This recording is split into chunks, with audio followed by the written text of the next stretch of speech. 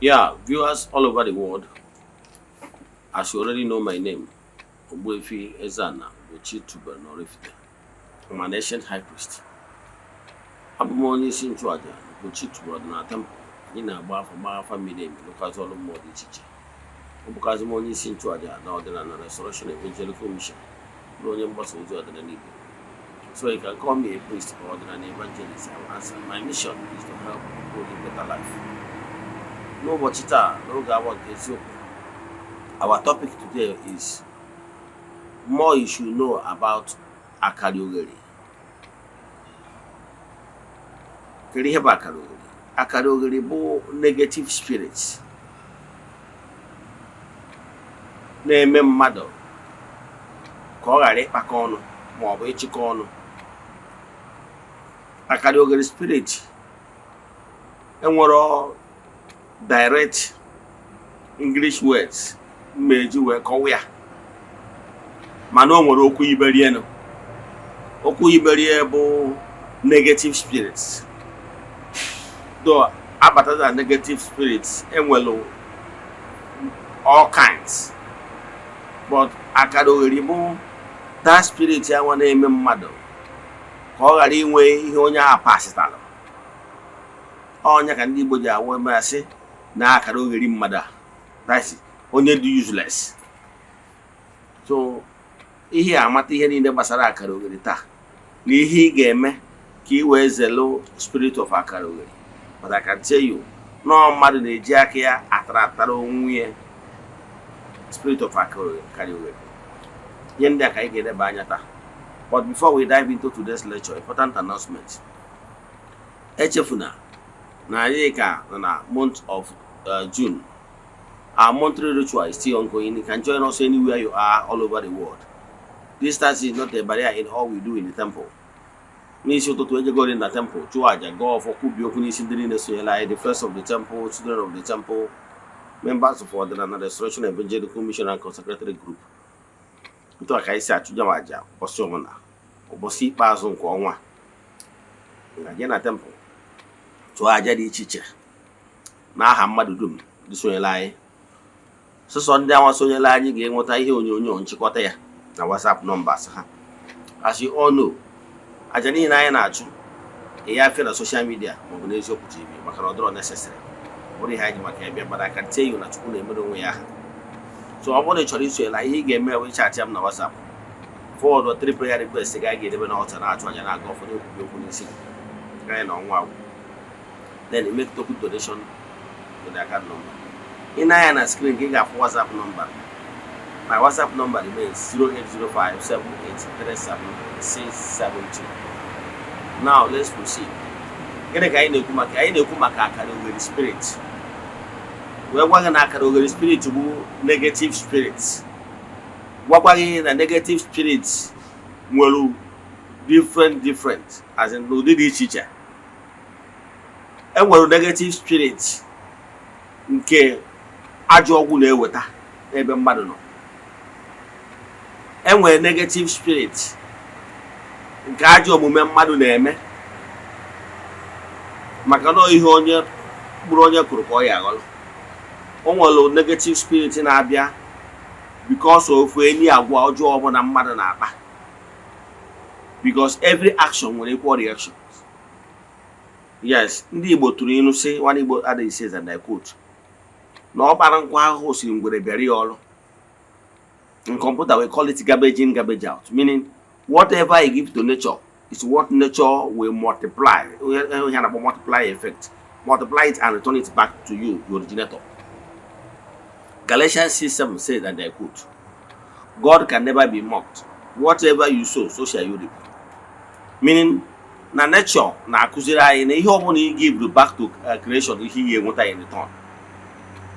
For example, if you plant corn or orange, believe in me, you get corn or orange in return. Gịnị ka na-ekwu maka ya? Ihe anyị na-ekwu maka ya bụ negative spirit. And I'm here to tell you na enwere many negative spirits. Enwere negative spirit nke ndị amoosu na-eweta. Enwere negative spirit nke uke na-eweta. Then enwekwa negative spirit ọ bụ ndị akaliogheri, grupu a mkpọrọ akaliogheri. Ịghọtara ya? Na-eweta ya iji maatụ ka mmakwara gị atụ n'ụwa mmadụ ka iweghọta ihe na-ekwu.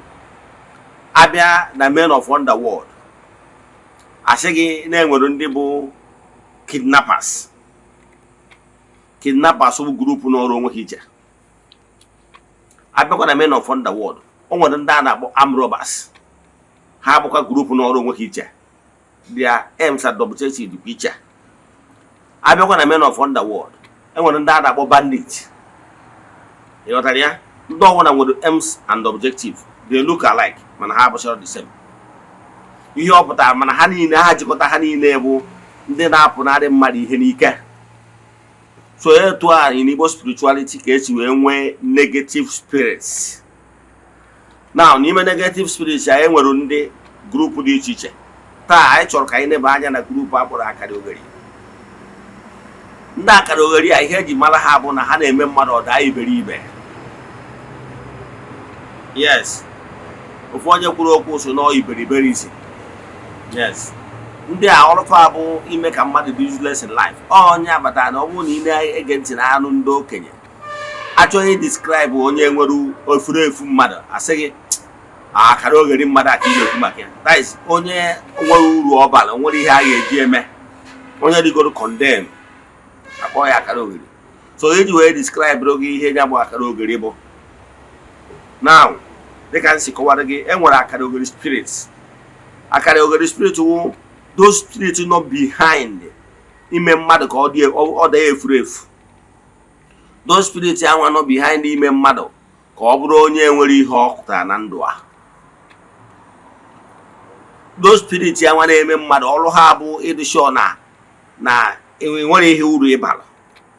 Achọ ka nkọwara gị na akaliogheri spirit ya bụ ọtụtụ ndị mmadụ ndị bigoro n'ụwa mana in their lifetime onwere ihe ha mere achieve. Onwere ihe ha mere achieve na ha dara akaliogheri. That is in their own lifetime onwere ihe ha mere achieve in life.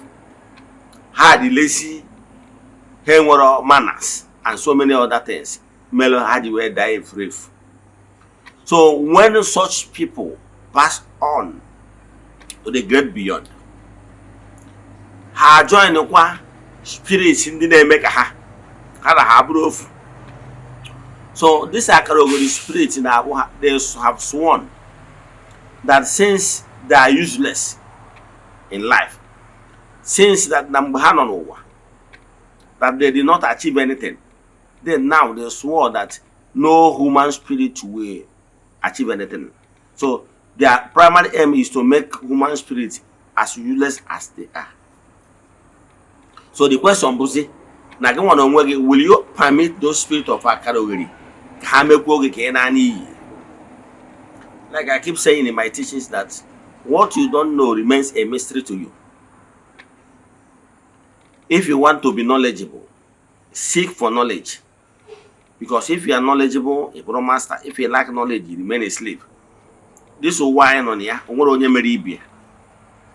Chukwu in his infinite mercy created us, all of us, equal. Now, aka onye dịzi mma dị onye mma ohie n'isi.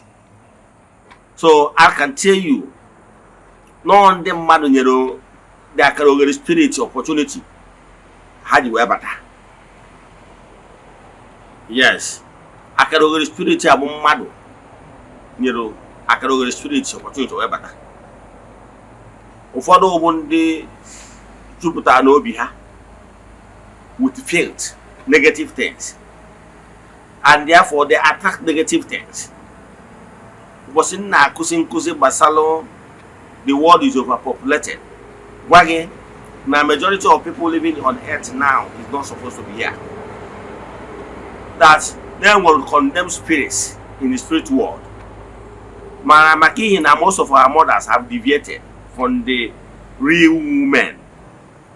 Now, when they are pregnant, because of their heart is filled of evil, they were given evil spirits a hand of reincarnating back. So when those women are pregnant, instead of them to attract more good spirits, they will attract negative spirits because their heart is full of negativity. So all nyabata for those people, hamukwa bandits, hamuta ndakarogheri, mutandemo to cause pain to people. Hungry. Those bandits or robbers mother to humiliate the man for any benefit, just to humiliate. So they enjoy it when human beings are suffering. So the primary purpose of this akaliogheri spirit is to make sure that they render this world and people living there here useless. So question remains, will you permit them to take possession of you? Aha ka onye wetara. Ana m achọ ịgwa gị enwere akaliogheri mmụọ, nwe akaliogheri mmadụ. Yes. May we can digest this lecture because but I can tell you, Maria Malone nwere akaliogheri mmụọ, nwe akaliogheri mmadụ. Nwe akaliogheri si na ndị mmiri. Nwe akaliogheri si na ndị Eze-Ana. Ndị ọgbanje. Etu a ka esi nwe akaliogheri dị iche iche. Anyị nwa na-alụkwa n'ọrụ mmụọ alụ nwere ka anyị si agba ịgba afọ anyị mara ebe akaliogheri onye asị mmadụ nke a ga-eke eke. Ịghọtara ya? Mmadụ ihe na-ebute ya bụ akaliogheri bụrụ akaliogheri ndị mmiri anyị na-eke ekecha eje nye na riverside. Ịghọtara ya? Enwekwara akaliogheri ndị Eze-Ana ndị a na-ebupụkwa n'ebe ọtụtụ aja. Gịnị ka m na-ekwu maka ya? O nwere ihe ndị ị ga-avoid ka ị ghara attract spirit of akaliogheri to you. Dịka m na-achọ ịgwa gị, avoid ya ihe ọbụla bụ alụ, abomination. They too like it when you dwell in negative lifestyle. Ịmara ihe anwa dị against natural norms, dị against law of nature, avoid it. For example, ọ bụrụ na ị bụ nwoke mana oge ọbụla ị na-ala ka ime ihe a sị ga-eme n'eme, you see a man, he will be lusting after another man. Oji anya, ojiri anya. And once you be indulge in a man lusting after another man, is the spirit of akaliogheri.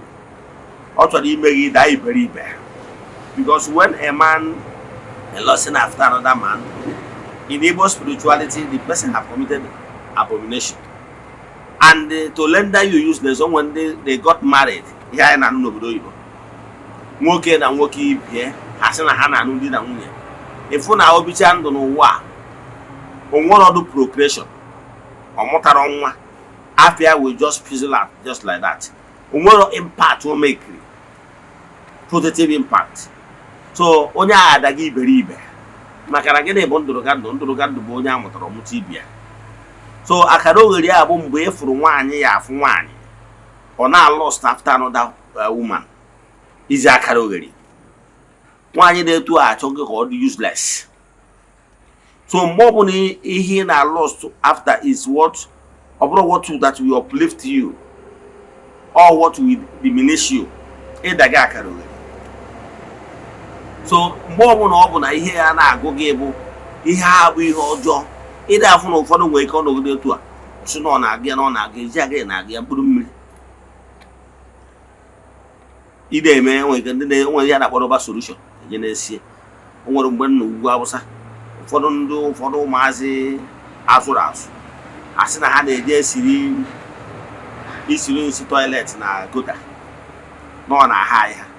Enwere so many things ụfọdụ asị na ha na-aṅụ mkpụrụ mmiri and the rest of them. Any now it's here that life, it become addicted. It's useless. Ana ekwu n'elu na-ekwu n'ala. Otu onye n'ime ha can sit down. Sị kere ka ihe ọ na-enwetara ihe a. Sị na nwekwa ezigbo ihe ya na-enwetara ihe a. Kama na ihe a na-anọkọta na-agụ ya agụ ka nne. Ọ sị m ma amụkọ na ihe a na-akpagharị ya nkata. Sị ya na ọkwaala. Ọ sị m na ọ bụrụ na ị bụrụ onye na-aṅụ drọg, ị na-aṅụ ya, ije secha ụmụ Igbo asị wacha anya. Onye nọ n'akụkụ gị adị na-esie ịfụ ya na Igbo a na-akpagharị nkata tụ na onye a na-ebe awa onye mgbu n'ọwa eju gari. na by that omeke na afuta ndị esoro ga anu ya as less no ha ihe na chukwu na gị n'iyi o nwere mgbe ọ ya o meruo gị agba gị esibisi mana iwe ga ma na onwezi onye bautere ka esi mmadụ yọ mmadụ for help ọsọ onye akara ogheri ya ifu ndị mmadụ ga na segregation set in so gịnị because na ha ndị katọrọ gị mmadụ eji a na-ekwu with the sense ibi ikwu ofu ihe so anyhow ọkwa akara ogheri ka ị na-ada ihe ọ pụtara bụ na spirit of akara ogheri have taken possession of that person ị na-asị ya na ndụ a na ihe ebe ọ na-eje will destroy his life ọ sị gị kere ihe apụtara n'ụwa eme our man die go woman born another also that something must kill a man so ifu na mentality ọ bụrụ nya na-ekwu ọmụa nọ n'ime spirit of akara ogheri achọrọ ka ole nda ya useless na-ekwu o nwere ike sị gị kwesị can't you be responsible once in your life ọ sị gịnị n'ụwa gịnị ka anyị na ya nwa ejebe so ifu okwu na-apụta ya n'ọnụ na ọ bụrụ okwu onye nwere hope ọ bụrụ okwu onye chịkọrọ ọnụ dị afọ mentality orientation ya na okwu ọ na-ekwu n'ọnụ onye ọbụla afọ ya n'ebe ọ nọ na-asị onye akara ogheri ya onye aka ị na-ege ntị ọ dịkwa n'obodo niile mana I can tell you not because na ị nyere that spirit of akara ogheri opportunity to possess you and o nwere ike spirit ya na-efekwa efe ọ dị contagious na ị nwere ike ị na-keep negative people as friends ofe gị so you should mind the type of people you keep as friends yes maka na o nwere what Igbo adage says and I quote na nwa ewu na-ata agbari nwa ya na-ene ya anya n'ọnụ asịkwa na ọ bụ na ewu na-ata ihe nwa nke a na-ata ya n'ebe nke na-ata ya anya otu mgbe bido tabe that's environmental factor. Know the type of people you keep. Wepụ aka n'ihe ọbụla dị negativity because any negative lifestyle will attract them. Any negative lifestyle, a man they have a rule. Now you keep doing it.